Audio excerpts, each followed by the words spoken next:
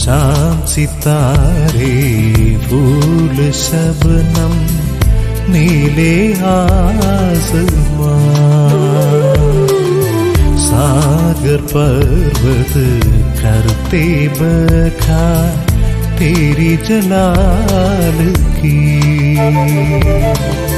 चांद सितारे फूल शबनम नीले आसमां।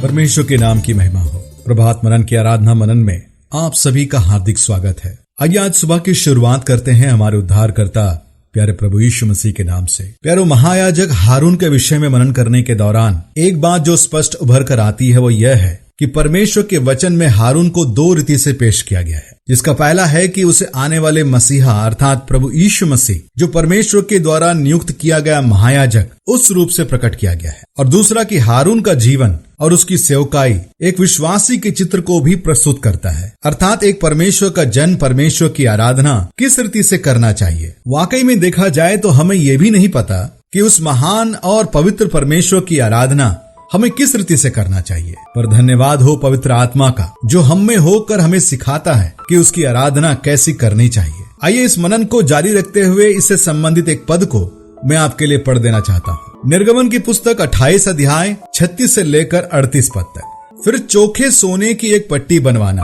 और जैसे छापे में वैसे ही उसमें ये अक्षर खोदे जाए, अर्थात यहोवा के लिए पवित्र, और उसे नीले फीते से बांधना, और वो पगड़ी के सामने के हिस्से पर रहे, वो हारून के माथे पर रहे, इसलिए कि इस्राएली जो कुछ पवित्र ठहराए, अर्थात जितनी पवित्र वस्तुएं भेंट में चढ़ावे, उन पवित्र वस्तुओं का दोष हारून उठाए रहे और वह नित्य उसके माथे पर रहे, जिससे यहोवा उससे प्रसन्न रहे। परमेश्वर इस पढ़े गए वचनों पर अपनी आशीष को उंडेले। प्यारो, हमने हारून के द्वारा पहने गए सन के कपड़े के विषय में ध्यान किया, फिर हमने उसके जांघिया के विषय में ध्यान किया। आज पढ़े गए पद के अनुसार उसके पगड़ी पर ध्यान करेंगे। उसका देह जो शारीरिकता को दर्शाता है, परमेश्वर के सम्मुख उसकी उपस्थिति में खड़े होने से पहले उसे ढकने के लिए सन के वस्त्र बनाए गए जो मसीह की धार्मिकता को दर्शाता है। उसी रीति से सन के कपड़े का बनाया हुआ जांघिया जो उसके भीतरी अशुद्धता को ढांपकर उसे भीतरी रूप से भी सुंदर बनाती थी, जो हमें ये सिखाती है कि उसके आराधना में शामिल होने एवं उसके मेज में भाग लेने से पहले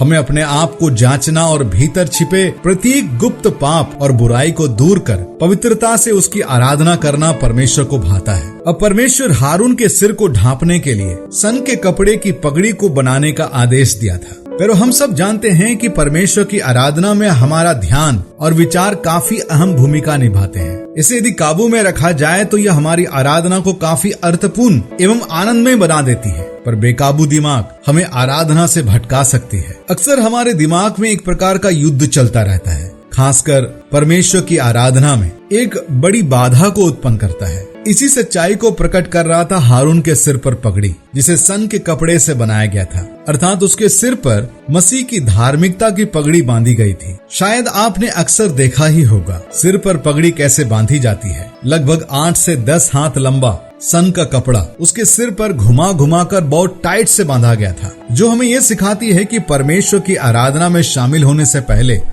अपने ध्यान और विचार को मसीह की धार्मिकता से बांधना कितना आवश्यक है, ताकि हमारा संपूर्ण ध्यान केवल और केवल उसके व्यक्तित्व एवं उसके अद्भुत कार्यों पर लगा रहे। जिस रीति से हारून के द्वारा पहना गया सन का वस्त्र उसके हृदय, हाथ, पैरों अर्थात चाल चलन को प्रभावित कर रहा था, उसी रीति से उसके सिर पर बांधी गई पगड़ी उसके देखने, सुनने, बोलने, उसके विचारों अर्थात उसके प्रत्येक निर्णय को भी प्रभावित कर रही थी।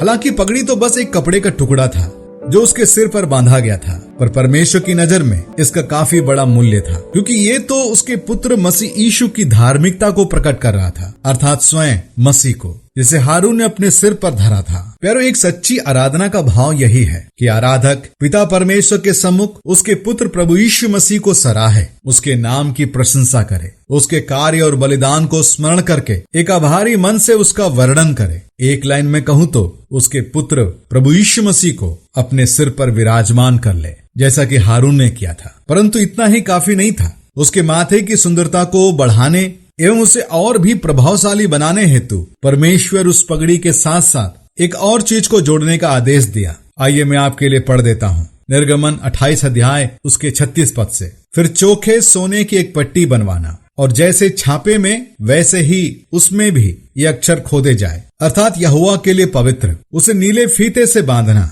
और वो पगड़ी के सामने के हिस्से पर रहे। वो हारून के माथे पर रहे, इसलिए कि इजरायली जो कुछ पवित्र ठहराए, अर्थात जितनी पवित्र वस्तुएं भेंट में चढ़ावे, उन पवित्र वस्तुओं का दोष हारून उठाए रहे और वह नित्य उसके माथे पर रहे, जिससे यहोवा उससे प्रसन्न रहे। चोखे सोने की एक पट्टी बनवाना कि हारून के माथे पर रहे। इसका मतलब क्या है? फिर हारून परमेश्वर की सेवा के लिए अलग किया गया एक महायाजक था, जो मसीह को प्रकट कर रहा था, पूर्ण रूप से परमेश्वर के लिए समर्पित। अब इस सोने की पट्टी को उसके माथे पर लगाने के द्वारा परमेश्वर उसके माथे पर अपने मुहर को लगाने की बात को प्रकट कर रहा था, जिसे अंग्रेजी में ब्रांडिंग करना कहते हैं, क्योंकि उस पट्टी पे लिखा था यहोवा के लिए अर्पित, होलीनेस टू द लॉर्ड, अर्थात अब यह व्यक्ति परमेश्वर का पवित्र जन है। एरन इज गॉड्स मैन। साथ ही साथ इस सोने की पट्टी का एक और खास मकसद था। अब मैं जो कहने जा रहा हूँ, इन बातों को ध्यान करके सुनिएगा कि जो भी आराधक जब अपने बलिदान के चढ़ावे को परमेश्वर के सम्मुख लावे,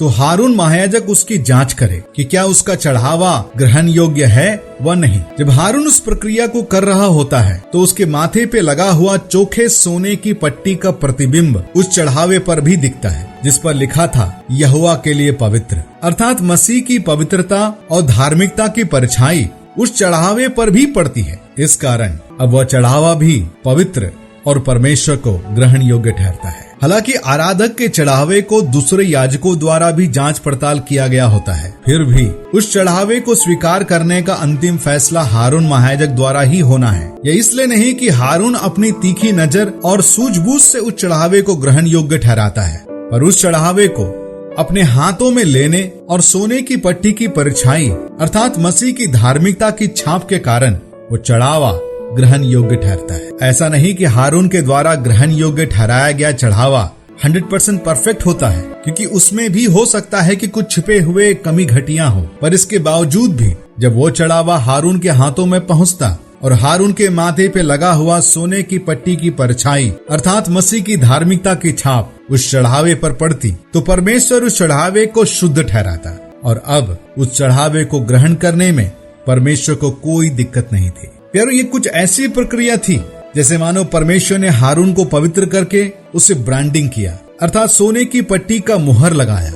अब हारून प्रत्येक चढ़ावे को उसी पवित्रता की मुहर से दूसरों को पवित्रता का मुहर लगा रहा था और परमेश्वर को अर्पित कर रहा था। उसी रीति से जब हम परमेश्वर को अपनी आराधना की भेंट चढ़ाते हैं, हमारी आराधना में और आराधना को चढ़ाने वाले में भी कई कमी घटियां रहती हैं, पर जब हम अपनी आराधना को प्रभु यीशु मसीह के द्वारा चढ़ाते हैं, तो वो हमारी आराधना की भेंट को लेता है और प्रभु अपनी धार्मिकता से उसे ग्रहण योग्य बनाता है और तब उसे पिता को अर्पित कर देता है और पिता उस भेंट को बड़े आनंद के साथ ग्रहण करता है। प्यारो, इसी सच्चाई का उल्लेख इब्रानियों का लेखक भी लिखता है, इब्रानियों 13:15 पर। इसलिए हम उसके द्वारा स्तुति रूपी बलिदान, अर्थात उन होठों का फल जो उसके नाम का अंगीकार करते हैं, परमेश्वर को सर्वदा चढ़ाया करें। ध्यान दे, उसके द्वारा परमेश्वर को सर्वदा चढ़ाया करें। फिर मसीह के बिना हमारी आराधना स्वीकार योग्य नहीं ठहरती। तो आइए आज भी हम अपने आभारी मन से मसीह को अपने माथे पर विराजमान किए हुए उसकी बढ़ाई और प्रशंसा करते हुए उसके द्वारा अपनी आराधना की भेंट परमेश्वर को चढ़ाए। हमारा महायाजक, हमारा प्रेमी प्रभु यीशु मसीह उसके द्वारा अपनी आराधना की भेंट परमेश्वर को चढ़ाए। हम इस विषय को आगे भी जारी रखेंगे। परमेश्वर के नाम की महिमा हो। आप सबको मेरा जय मसीह। ये हमारे यीशु खुदावन स्वामी जहान के